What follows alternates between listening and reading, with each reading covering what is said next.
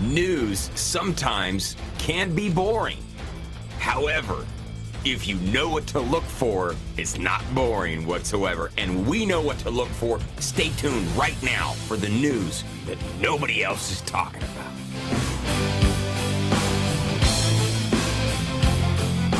And this is the news that nobody else is talking about. It's unbelievable news. You know, the Jewish people happen to have just had Sukkot, and they had a clip. I'm looking at a clip that I'm going to show you right now of the Levitical choir performing Psalms 114. Now, let's watch the clip, and I want to talk about why this is such a big deal. Here is the Levitical choir performing Psalms 114. Remember, this is music in the Jewish temple.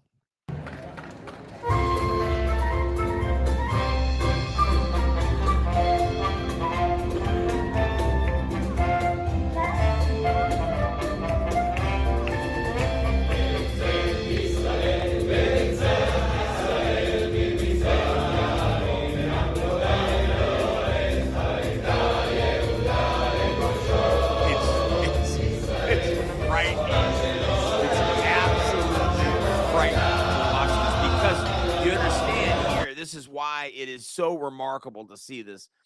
The Bible prophesies in chapter 2 of 2 Thessalonians. In fact, let me just bring it up here. 2 Thessalonians chapter 2, verse 1 through 4. It says here, "Now we beseech you, brethren, by the coming of our Lord Jesus Christ, and are gathering together unto him, blah, blah, blah, blah, who opposeth and exalteth himself above all that is called God, or that is worshipped, so that he as God sitteth in the temple of God, showing himself that he is God." This is the prophecy right here, proving that there will be a third Jewish temple. Now, okay, great, a third Jewish temple, Jess. What do you mean? What does it matter? Well, I'm going to tell you right now.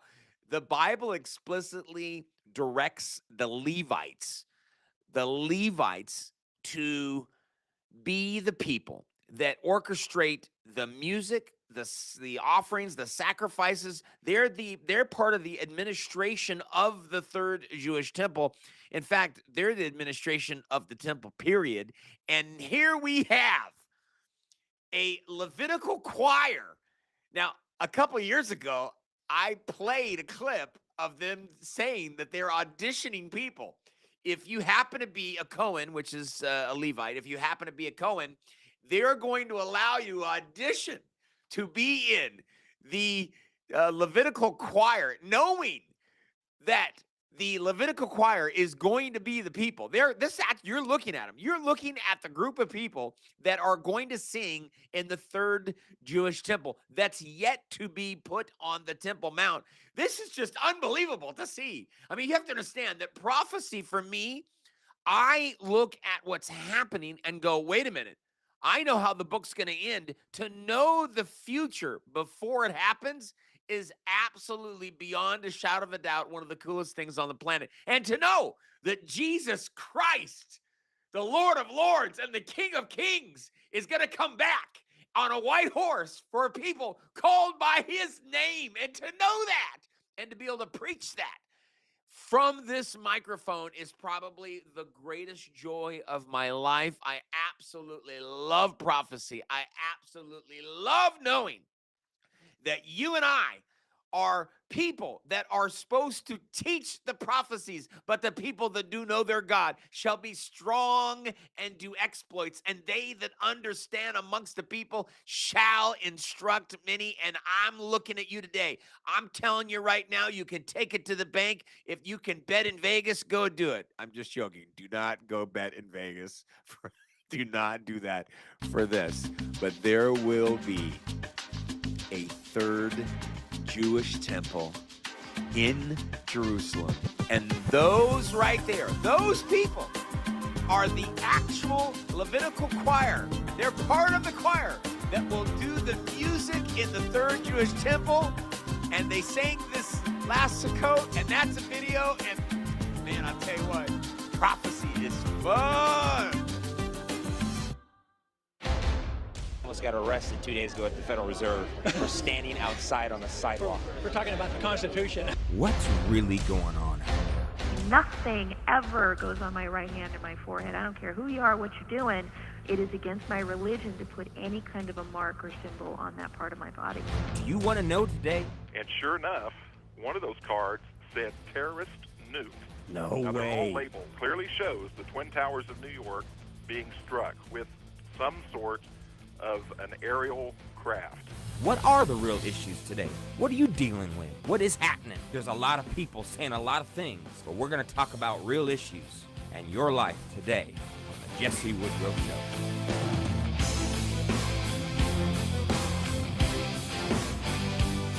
Well, welcome back. We are so absolutely honored. We've had so many of you that have bought our brand new DVD, 5 Reasons Why End Time Prophecy Cannot Be Ignored. We believe that prophecy is not an option.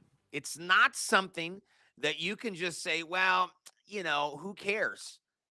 No, prophecy, absolutely, beyond a shadow of a doubt, end time prophecy cannot be ignored, and I prove it to you in this DVD. There are 5 reasons why end time prophecy can't be ignored, and so we talk about it here. You can get it at jessewoodrow.com. A little bit of housekeeping today. October 27th I announced was going to be the day that L.A. Marzulli is on the show, and due to me, not him, due to me, we've moved it out 1 week. So he will be on the show next Monday night, right here, live with us, taking your questions and comments about the Nephilim, UFOs. Are they in the Bible? Are they not? It's going to be a killer show. I love L.A. Marzulli. I've interviewed him for years, known him for years. Great man, wonderful. We'll have a blast talking about aliens. And will there be a soft disclosure or not? Will aliens be introduced to the world as people that are here to help us? I don't know. We're going to talk about it with Mr. Marzulli. He'll be here next week, Monday, November 3rd, I believe it is, at 6 p.m. Pacific Standard Time. Also, if you want to go to jessewoodrow.com, we are also introducing new shirts. I'm producing a shirt called Christ is Coming. We have decided to go ahead and start a prophecy conference in the next 6 months right here in Los Angeles, California. And we're going to bring people from all around the world. I want you to fly in from wherever you're at. I want everyone to be involved. We have got to listen. If it's you and me, it's okay. We got to start small. We got to start somewhere. We can't hope for stadiums yet. We will have stadiums one day. I believe that when that Antichrist is standing in that rebuilt Jewish temple, we're going to rent out a stadium, and I hope to do it in Jerusalem. And we're going to tell everybody that this is not your guy. That's my goal. That's what I want to be able to do. So will you help us? Will you pray for us that God would lead us and guide us? You can help by doing that financially by going to jessewoodrow.com and buying shirts there. We have another shirt out that on the back of the shirt describes the actual timeline of the final 7 years so that you can use it as a walking billboard. You can walk around with shirts. That's the idea, that I want to make shirts that are going to cause controversy, that are going to cause issues, and want to say, hey, what does that mean? And then you can talk to them. That's the whole reason I'm doing it. So if it comes off controversial, if it comes off what? That's the whole reason. We're trying to start conversation about the end of the times, the end of times, the end times, and Bible prophecy. That's the whole goal. So now you can go to jessewoodrow.com and get a T-shirt and get a DVD, and we are so thankful for your support. I don't ask for your money. By the way, do you know that I don't take donations? I am not a nonprofit. I'm not a 501c3.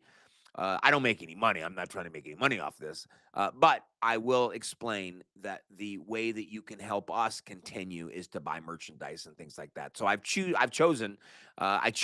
not to take any donations. I don't have any donations. You can't even send me a donation if you want. So it's nice try. You can't even do it. But my point is I want to try and get the word out about Jesus Christ coming back, and we are starting a movement called Christ is Coming, and that prophecy conference will be in the next 6 months. We're now in the planning stages of where, when, how, who, all that. But I'm hoping that we can have a Friday, Saturday, Sunday where an hour, will give everybody, and the preachers that are wanting to preach on this, end time prophecy teachers, give them an hour and say, hey, you teach about the third temple, you teach about the Antichrist, you teach about the mark of the beast, you teach about, they're going to have subjects and then a Q&A so that we can all ask questions when we are there. It's going to be a great time. I'm really, really excited about it. So let's get into the main show today. This is definitely something that is a difficult subject, Halloween. Now, if you are watching and you are a brand new Christian, you have just come to God, you've just starting to understand God, or if you're been in the Lord for 30 years and you are a saint of God, born again, love the Lord, this show is for you, because I'm going to try today to take the subject of Halloween and really ask, what is it? What is Halloween? And the goal today is this. I have one goal. I'm not going to tell you whether or not you should go trick-or-treating or do trunk or treat or dress up as, I'm not here to do that today. In fact, I'm not going to tell you whether you should or shouldn't. I'm not going to do it. Here's what I'm going to do. I'm going to ask you, what do you think? What are you going to do? What do you think's the right thing to do? I believe in freedom of speech. I am a huge proponent of your freedom to speak and say whatever it is, as long as you're not saying, I want to kill somebody. Obviously, you can't say that. But as anything other than that, you're allowed to say that donkeys ride in on purple magic carpets on Fridays, and I've seen them. I mean, you can say anything you want to say. Whether or not we believe you is a whole other issue. So there is a freedom to speak, and we have that at this show, at the Jesse Woodrow Show. In fact, in years past, I've done Freedom of Speech Fridays, and I just opened up the phone lines, and people could call in for the whole hour, and you say whatever you want to say, and I would let you do that. So today, we're going to talk about Halloween. I'm going to try and give you some background, because a lot of people don't have a clue. Including me at one point. I had no clue on the specifics of Halloween and what it meant, and should I care? I don't know. Maybe I shouldn't care. To start off this subject, I'm going to play you about a 1.5-minute long clip from a former ex-Satanist leader in the Satanic Church. And he is now Christian, just so we all know. I have watched video of him talking about hailing, all hail Satan. I've watched video, so I've confirmed he was a Satanist, and he is now a Christian. So let me play you this clip first before we start talking about it. I want you to listen to him talk about Halloween. Here he is. Thank you first and foremost for having me on the show. It's really an honor to be here. I think a good place to start is that so many people have no idea, the significance of Halloween and what it means to celebrate Halloween. And I think it's also largely due to it has become part of popular culture without many people really thinking about what it represents. And I think what's even more concerning is that there's even Christians who are celebrating Halloween. Now, there's so many things to say here, but I think an important thing to say to start with is that Anton LaVey, who was the original founder of the Church of Satan in the States in the late 60s, he had a very well-known quote where he said, "It makes him so happy to see that Christians are allowing their children to celebrate the devil one night of the year." And what we are doing, if we are celebrating Halloween as Christians, you are actually having a one-night stand with the devil. That's a simple way to put that. Man, I mean, But here's the deal. Let me just stop everything it here. about So essentially, this man is trying to give his opinion and his perspective as a ex-leader in the Satanic Church. And he says in Australia they have about 12,000 members of the Satanic Church. So my goal here today is to propose a question to you. Is what we are doing on an everyday basis, one, and is Halloween an event that glorifies God? Is it? Are the things that are involved in Halloween, are they glorifying God? And if they aren't, are we supposed to be involved in events that are not glorifying God? So let me start by saying this. If you are out there and you're involved in trick or treat, if you're involved in trunk or treat at a church and the church is dressing up as, even if they do it as Bible characters, I'm not here to tell you that you're going to hell or the church is horrible and you should leave the church and stuff. That's not the point here today. But I want you to evaluate what Halloween is. In Romans chapter 14, verse 5 and 6, it actually tells us that believers, it's speaking to believers, to be honest with you, and it says that one person esteems one day over another day. One person does things this way. One person does things that way. There are different cultures. There are different convictions. And that if somebody esteems a day over another day, you're actually not supposed to ridicule, belittle, and put down the people for doing that. Now, some might say, Jesse, this is Halloween. We're not talking about Thursday compared to I like doing it on Wednesday. Okay, all I'm doing is I want to talk about Halloween. I want to define I want to define what Halloween is, because my goal is not to offend you. If you're a pastor and you're watching and you have decided to take a stance that our church is not going to be doing any kind of Halloween thing, we're going to get together as a church. We may have a service. We may have some fun and play games and things like that. Okay, great. I think that's a great idea, actually, to take the night of Halloween and turn it for good. That's a great idea.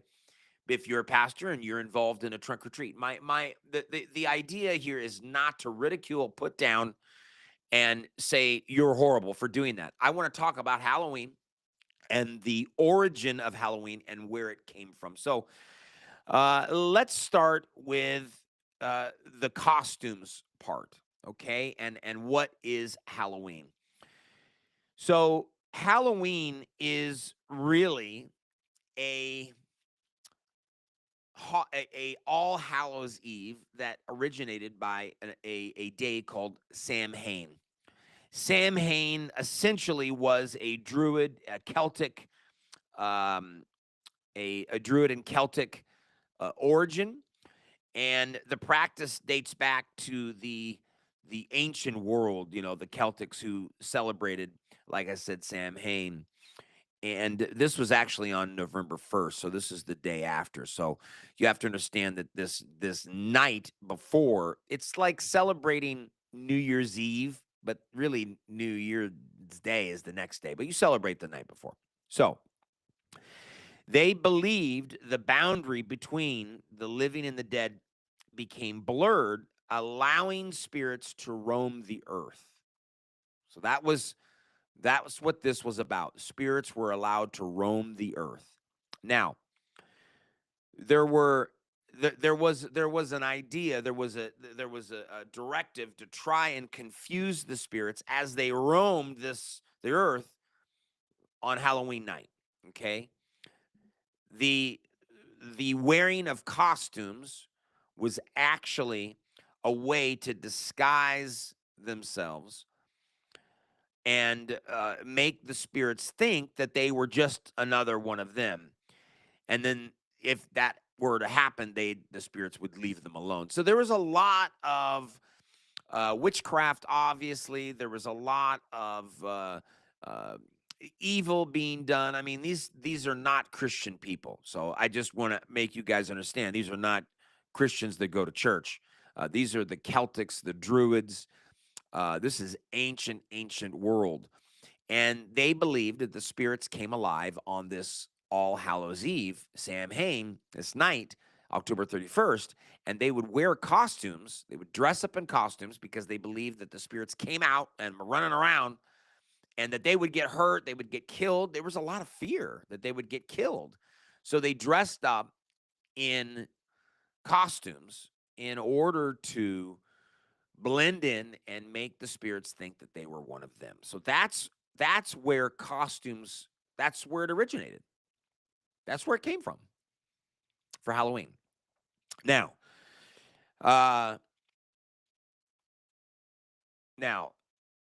Christianity established All Saints' Day, much like the Catholic Church did for all of the holidays. There was a pagan day, and then so they just adopted that day, and they said, well, we're going to name it Christmas or whatever. Like they just adopted days and tried to turn them for good.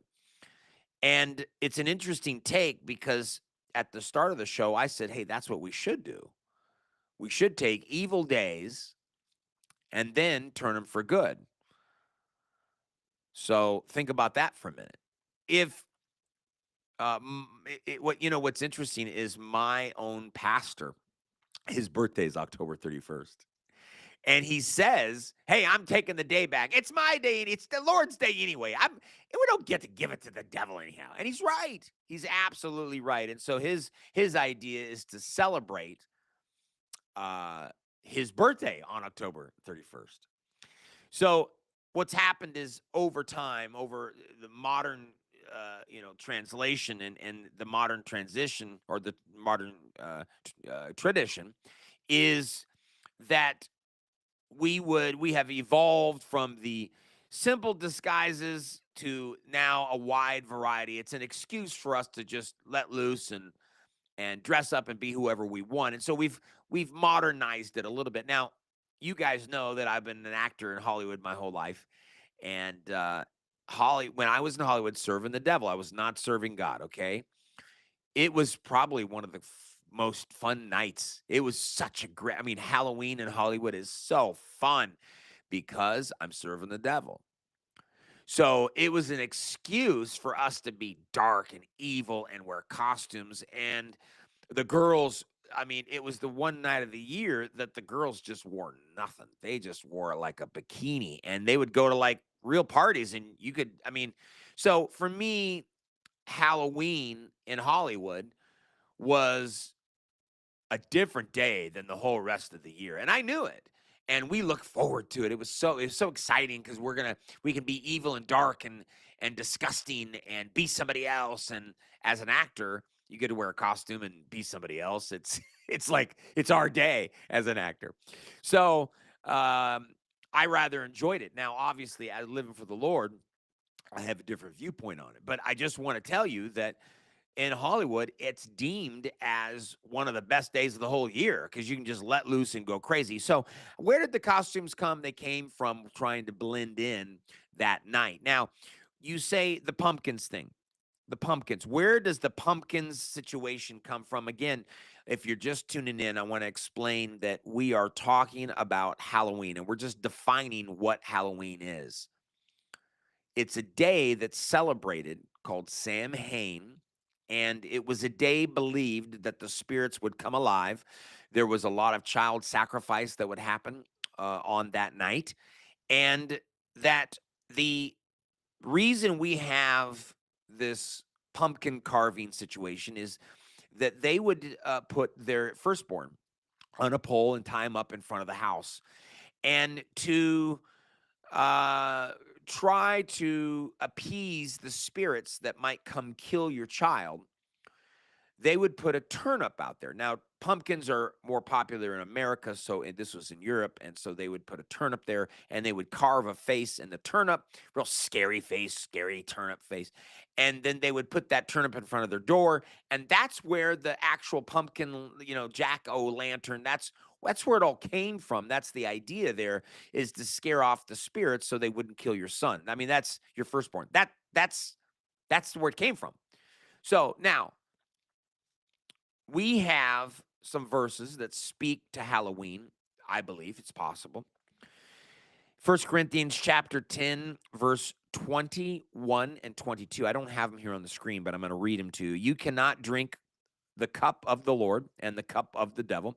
Ye cannot be partakers of the Lord's table and of the table of devils. Do we provoke the Lord to jealousy? Are we stronger than he?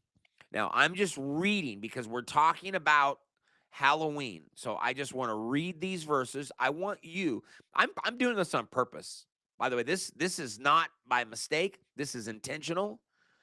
I don't want to tell you whether you're right or wrong. I'm not going to. And I tell you what I'm not going to do. I'm not going to condemn you if you don't believe like I do. That's wrong. It's a freedom of expression. Ephesians 5, 10 through 12 says, and have no fellowship with the unfruitful works of darkness, but rather reprove them. Reprove them means expose them. Abstain from all appearances of evil. That's another verse. Deuteronomy chapter 18, verse 9 through 14. When you come into the land that the Lord God has given you, you shall not learn to follow the abominable practices of those nations. There shall be not found among you anyone who burns his son or daughter as an offering to anyone. That's exactly, I'm only laughing because it's exactly what is happening here. Let's see. Son or daughter, as an offering, anyone who practices divination or tells fortunes or interprets omens or a sorcerer or a charmer or a medium or a necromancer or one who inquires of the dead, for whom does these things is an abomination of the Lord. And because of these abominations, the Lord your God, is driving them out before you. You shall be blameless before the Lord your God for these nations which you are about to dispose.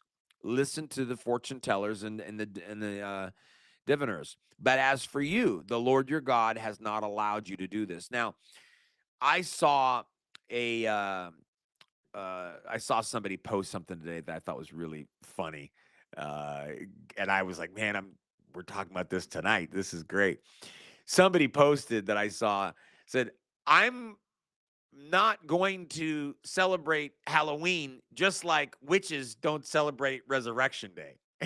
I thought, oh my gosh, that's pretty funny. So now, if the other thing that I have to be honest with you about is I don't have any children. My entire life in Hollywood, it was actually my agents and managers and a lot of people had really asked me not to have kids, not to get married, because I was a product and all those kind of stuff. I was an actor, so they didn't want me getting, they didn't want the audience, young women, girls in the world, saying, "Oh my gosh, he's married, he's unattainable," and so they didn't want that. So I didn't do it. So I never got kids, never had kids. I never got married early, and I still don't have any children. If I had children, do you think that my perspective on this event might change? I don't know. Maybe so. I don't know. But my goal today was to talk about the foundation and the meaning. What is Halloween? It is All Saints Day, Samhain. It's not a godly holiday. And this coming Halloween, that's in a couple of days, I just thought it was important for us to discuss the true meaning of Halloween and what's behind it. And I'm going to let you make the decision. You make the decision, not me. I'm not going to tell you what to do. I want you to, because it's between you and God. I love you so much. We'll see you next week. We do archive every episode up on YouTube, Facebook. We appreciate you taking time out of your busy schedule to listen to the show. We look forward to seeing you next week. God bless you and love you very much.